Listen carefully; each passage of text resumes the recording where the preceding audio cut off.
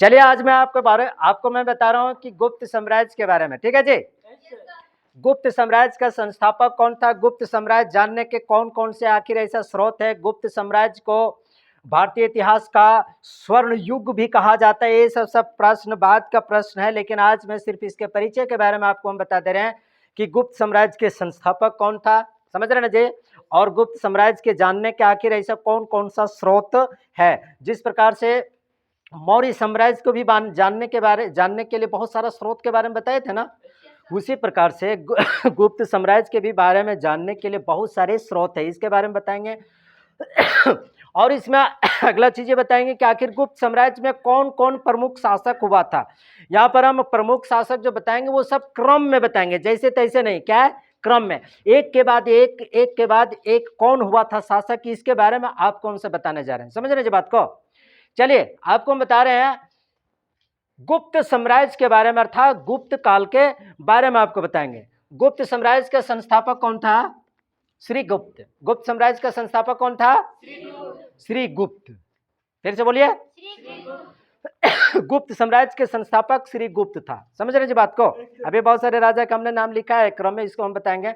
चलिए आज जानते हैं कि श्रीगुप्त ने गुप्त साम्राज्य का स्थापना तो किया था, लेकिन गुप्त साम्राज्य को जानने के आखिर हम सबों के पास इतिहास में ऐसे कौन कौन से स्रोत हम सबों को मिलते हैं, कौन कौन से रिसोर्सेस है। समझ रहे जी बात को, कौन कौन से रिसोर्सेस है। तो आइए जानते हैं। यहाँ पर हमने लिखा है कि जानने के स्रोत। देखिए जानने के स्रोत में आपको कई सारा मैंने इसमें लेखक का नाम लिखा है, जिसमें हरिसेन है, विशाख दत्त है, शूद्रक है, वात्सायन है, भानुगुप्त है, फाहियान है।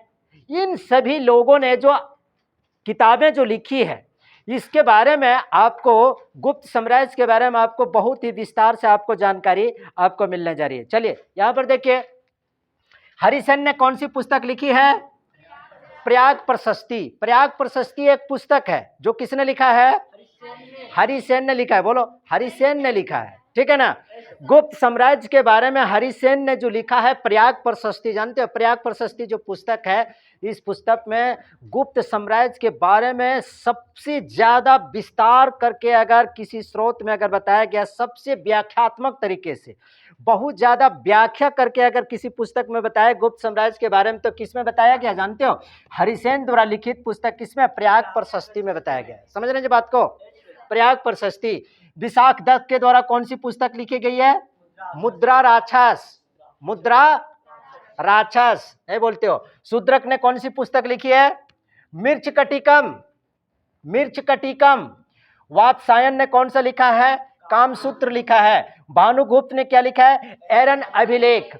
और फाहियान, फाहियान एक चीनी यात्री था, चीन का यात्री था, जो भारत जब भ्रमण करने के लिए जब आया था, तो भारत भ्रमण करने के दौरान ये गुप्त साम्राज्य के बारे में उन्होंने अपनी यात्रा वृत्तांत में इन सारी चीजों के बारे में लिखा गया। चलिए मैं फिर आपसे यहाँ पर फिर बता दे रहा हूँ, हरिसेन के द्वारा जो लिखी जो पुस्तक है प्रयाग प्रशस्ति, इस प्रयाग प्रशस्ति में ये क्या बोलते हैं उसको जी, गुप्त साम्राज्य के बारे में एकदम पूरी तरह से विस्तृत जानकारी मिलती है। क्वेश्चन आएगा कि गुप्त साम्राज्य के बारे में सबसे विस्तृत जानकारी किसके द्वारा लिखी गई पुस्तक में मिलती है, हरिसेन द्वारा। हरिसेन ने कौन सी पुस्तक लिखी थी, प्रयाग प्रशस्ति। उसके बाद विशाख दत्त, विशाख दत्त जो लिखा हुआ है इसमें मुद्रा राक्षस नामक पुस्तक लिखा था, इसमें गुप्त साम्राज्य के बारे में इसमें जानकारी मिलती है। उसके बाद शूद्रक ने लिखा है मिर्च कटिकम। मिर्च कटिकम में भी क्या है कि गुप्त साम्राज्य के बारे में जानकारी प्राप्त होती है, ठीक है। वात्सायन ने लिखा है कामसूत्र, इसमें भी गुप्त साम्राज्य के बारे में आपको जानकारी मिलेगी। उसके बाद भानुगुप्त के द्वारा लिखी गई एक एरन अभिलेख है, इसमें भी गुप्त साम्राज्य के बारे में आपको विस्तृत रूप से जानकारी आपको मिलती है। तो इस प्रकार से अभी आपने देखा कि गुप्त साम्राज्य के जानने के कौन कौन से स्रोत हैं। इन सभी पुस्तकों के द्वारा, पुस्तक भी हमने लिखा है, लेखक का भी नाम हमने लिखा है, इन सभी पुस्तकों को पढ़ने से गुप्त साम्राज्य के बारे में बहुत ही बेहतरीन और बहुत ही विस्तृत जानकारी आप सबों को मिलती है। समझ में आ गई बात। आइए आपको हम बताते हैं कि गुप्त साम्राज्य के संस्थापक तो श्रीगुप्त तो था, लेकिन गुप्त साम्राज्य के संस्थापक श्रीगुप्त के बाद और कौन कौन से शासक हुआ गुप्त साम्राज्य में, इस चीज को मैंने यहां पर लिखा और सब क्रम में बताया गया है। किसमें, सब क्रम में बताया गया है, एक के बाद एक कौन से गुप्त साम्राज्य का शासक हुआ था, इसको क्रम में हमने बताया। समझ रहे जी, समझ रहे हो। चलिए, सबसे पहले गुप्त साम्राज्य का संस्थापक कौन है? श्री गुप्त।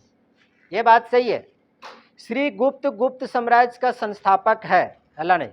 श्री गुप्त गुप्त साम्राज्य का संस्थापक है, लेकिन गुप्त साम्राज्य का वास्तविक संस्थापक ये नहीं है। इस बात को याद रखिएगा। श्री गुप्त गुप्त साम्राज्य का संस्थापक है, लेकिन वास्तविक संस्थापक गुप्त साम्राज्य का ये नहीं है। क्वेश्चन आएगा कि गुप्त साम्राज्य के संस्थापक कौन था? लेकिन वास्तविक संस्थापक कौन था? चंद्रगुप्त प्रथम। श्री गुप्त गुप्त साम्राज्य का संस्थापक था, लेकिन गुप्त साम्राज्य का वास्तविक संस्थापक कौन था? चंद्रगुप्त प्रथम। हमने लिख भी दिया यहां पर, कौन है ये वास्तविक संस्थापक, समझ रहे थे? गुप्त साम्राज्य का वास्तविक संस्थापक चंद्रगुप्त प्रथम। चंद्रगुप्त मौर्य के बारे में नहीं बता रहा, चंद्रगुप्त मौर्य इसके पिछले का चैप्टर था, कंफ्यूज मत कीजिएगा, ठीक है? ये गुप्त साम्राज्य के बारे में बता रहे हैं, समझ रहे जी? गुप्त साम्राज्य के संस्थापक, लेकिन वास्तविक संस्थापक चंद्रगुप्त प्रथम। इसका मतलब ये हो गया कि श्री गुप्त के बाद गुप्त साम्राज्य का दूसरा शासक कौन बना? चंद्रगुप्त प्रथम। चंद्रगुप्त के बाद कौन बना? समुद्रगुप्त। समुद्रगुप्त को भारत का नेपोलियन कहा जाता है। भारत का नेपोलियन किसे कहा जाता है? भारत का नेपोलियन चंद्रगुप्त। ये क्या बोलते हैं? गुप्त साम्राज्य के वास्तविक संस्थापक, गुप्त साम्राज्य का संस्थापक श्रीगुप्त। भारत का नेपोलियन समुद्रगुप्त। ये सब क्वेश्चन में बताएंगे कि समुद्रगुप्त को आखिर भारत का नेपोलियन क्यों कहा जाता है, गुप्त साम्राज्य को भारतीय इतिहास का स्वर्ण युग का काल क्यों कहा जाता है, सब प्रश्न में बताएंगे। ये अभी सिर्फ आपका ये परिचय है, चैप्टर की शुरुआत हो रही है, इसलिए सभी क्या है परिचय। उसके बाद अगला शासक कौन बना? चंद्रगुप्त द्वितीय। चंद्रगुप्त द्वितीय का दूसरा नाम भी क्या है? विक्रमादित्य। विक्रमादित्य, समझ रहे जी? विक्रमादित्य। यहां पर हमने ब्रैकेट में लिखा है फायान। मैं फिर से बता रहा हूं कि फायान जो था वह चीनी यात्री था, मतलब चीन का वह यात्री था। जब भारत जब भ्रमण करने के लिए आया था तो फायान जो है ना, किसके दरबार में गया था? चंद्रगुप्त द्वितीय अर्थात विक्रमादित्य के दरबार में गया था। फायान किसके दरबार में गया था? फायान किसके दरबार में गया था? चंद्रगुप्त द्वितीय के दरबार में गया हुआ था। कौन? फायान। फायान को लेखक था क्या? तो कौन था फायान? एक चीनी यात्री था। चीनी यात्री मतलब चीन का यात्री था जो भारत में भ्रमण करने के लिए आया था उस वक्त 6ठी शताब्दी ईस्वी के समय, समझ गए ना? और भ्रमण करते करते किसके दरबार में जाकर के गया था? चंद्रगुप्त द्वितीय अर्थात विक्रमादित्य के दरबार में गया था। कौन? क्वेश्चन आएगा, कौन चीनी यात्री चंद्रगुप्त द्वितीय के दरबार में गया था? फायान। फायान कहां से आया था? चीन से आया था, याद हो रहा है ना? उसके बाद चंद्रगुप्त द्वितीय के बाद अगला शासक आता है कुमारगुप्त। कुमारगुप्त। गुप्त साम्राज्य का अगला शासक कौन आता है? कुमारगुप्त। कुमारगुप्त ने नालंदा विश्वविद्यालय का नाम सुना है? नालंदा विश्वविद्यालय कहां पर है? भारत के किस राज्य में है? बिहार में है? पटना में है? मतलब ना, ये शादी ब्याह में सब खा खा करके दिमागवा सबका ना एकदम बिल्कुल क्या है ना, सब एकदम बिल्कुल या तो ठंडा हो गया या तो गर्म हो गया। गर्म हो गया ना, तो इतना खाना खाई तो गुपचुप वगैरह नहीं मिला था क्या? आइसक्रीम वाला ठेला नहीं मिला? आइसक्रीम 2-4 को ले लेती है और माथा पर रख लेती है, एकदम पूरा तरह से एकदम ठंडा रख देता है, उसके बाद चल देती फिर ऐसे करके। हाँ, अगर आइसक्रीम नहीं रख पाती तो बर्फ का टुकड़ा मिलता है ना बड़ा बड़ा जी, रख ले एक पर एकदम चलत रहे एकदम झमाझम एकदम पूरी तरह से। हाँ, चंद्रगुप्त द्वितीय, समझ गया जी? कुमारगुप्त। नालंदा विश्वविद्यालय का स्थापना किसने किया था? कुमारगुप्त। उस जमाने के 6ठी शताब्दी के समय बाबू, अरे 2 ही तो विश्वविद्यालय था भारत में उस वक्त, समझ लीजिए। एक तक्षशिला विश्वविद्यालय, दूसरा नालंदा विश्वविद्यालय जो अभी खंडहर के रूप में आज भी विश्वविद्यालय चले, लेकिन ओपन यूनिवर्सिटी इसका नाम दिया गया। क्या? Open university. Nalanda open university नाम दिया गया है। बताएंगे इसके बारे में। नालंदा विश्वविद्यालय उस जमाने के कितने सारे इसमें विद्यार्थी थे, कितने सारे इसमें प्रोफेसर लोग, कितने विद्वान लोग इसमें सब पढ़ाते थे, सब क्वेश्चन से बताएंगे। अभी मैं आज इसमें कुछ नहीं बताना। काहे के धक्का मुक्की करिया रही रे हाँ। अब शादी ब्याह में थोड़ा सा कम खा, कम जगह घेरेगी, जो खा खा करके एकदम गामला टाइप के सब बनल रहे हो। सारी लड़कियां ना शादी के पहले देखते हो ना कि सब एकदम सुराही टाइप के, बाल्टी टाइप के रहती है। जैसे शादी ब्याह में घूर फिर करके खाने लगती है, जेकर शादी होती है वो तो फिर तो गमला तो बनिए जाती है, और जेकर नहीं भी खा, जिसकी शादी नहीं भी रहती वो खा खा करके एकदम गमला बन जाती है पूरा। तो हम तो कहीं जाते ही नहीं। चलो ठीक है। कुमारगुप्त, नालंदा विश्वविद्यालय की स्थापना कुमारगुप्त ने किया था, ठीक है। उसके बाद है, अगला है और अंतिम है स्कंदगुप्त। स्कंदगुप्त गुप्त साम्राज्य का अंतिम शासक, गुप्त साम्राज्य का अंतिम शासक स्कंदगुप्त, गुप्त साम्राज्य का अंतिम शासक स्कंदगुप्त। ये इतना जान लो भाई, ये स्कंदगुप्त जो था ना, हुनों को इन्होंने पराजित किया था। हुन आक्रमण हुआ था एक उस समय, ठीक है। 6ठी शताब्दी में हुनों का आक्रमण हुआ था भारत पर। गुप्त साम्राज्य के समय हुनों का आक्रमण हुआ था, और हुनों का आक्रमण को किसने पराजित किया था जानते हो? स्कंदगुप्त ने। ये बात समझ में?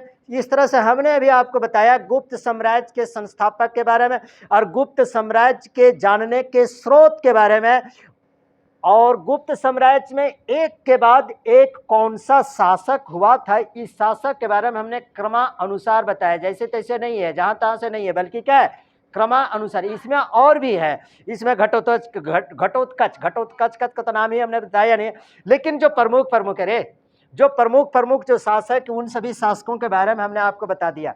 एक बात यहां पर देख लीजिए, आखिर गुप्त साम्राज्य के शासक, जितने भी सारे शासक हुए, जितने भी सारे जो प्रमुख शासक हुआ, इन सभी प्रमुख शासकों का नाम कैसे याद रखोगे? देखिए हमने यहाँ पर लिख दिया है। आज इतना खोखियाकार हैं जे कहीं शादी ब्याह में, कहीं पार्टी सार्टी में ना जाते हैं ना खाते हैं, कुछ नहीं एकदम। अरे सुबह सुबह क्या है कि सुबह ना पानी भात और सत्तू भात खा रहे हैं ना, इसीलिए खांसी आ रही है, हमको समझ में आ रहा है। सच कहते हैं, पानी भात और सत्तू भात खा के सुबह चल देते हैं। अरे गांव देहात का आदमी भैया, आप बोलेंगे कि सुबह 4 को पराठा और आलू और भिंडी का भुंजिया मार खाना है क्या? जे भैया जो बनल है वकरा में प्याज काट दे, एगो मरचा ले ले एकदम बढ़िया से, ठीक है, और उसमें सत्तू डाल दे, इतना बड़ा ढिकलू रहेगा पानी वाला भात वाला, उसमें 80 का स्पीड में एकदम ढिकलू को गुरा मारो, काट के खा लो, पानी डुबी के ढकार के एकदम चल दो, खत्म। भैया झारखंडी है, समझ गए ना? गांठ लापस बासी सब खाने वाला आदमी हूं मैं। हाँ चल चलो अब इसमें हम बता रहे हैं, अब इसमें आपको बता रहे हैं कि गुप्त साम्राज्य के जितने भी सारे जो प्रमुख जो शासक हुआ, ये प्रमुख शासक का नाम आप याद कैसे रखिएगा? श्री चंद्र समुद्र चंद्र कुमार स्कंद। कैसे आप नाम कैसे याद रखिएगा? रे इधर देखो रे बकलोलियन, श्री चंद्र समुद्र चंद्र कुमार स्कंद। कितना सुंदर लग रहा है सुनने में। कैसे नाम याद रखिएगा? फिर से मैं एक बार बता रहा हूं, श्री चंद्र समुद्र चंद्र कुमार स्कंद। श्री से श्री गुप्त, चंद्र से चंद्रगुप्त प्रथम, समुद्र से समुद्रगुप्त प्रथम, चंद्र से चंद्रगुप्त द्वितीय या विक्रमादित्य, कुमार से कुमार गुप्त, और स्कंद से स्कंद गुप्त। खत्म, बाय बाय।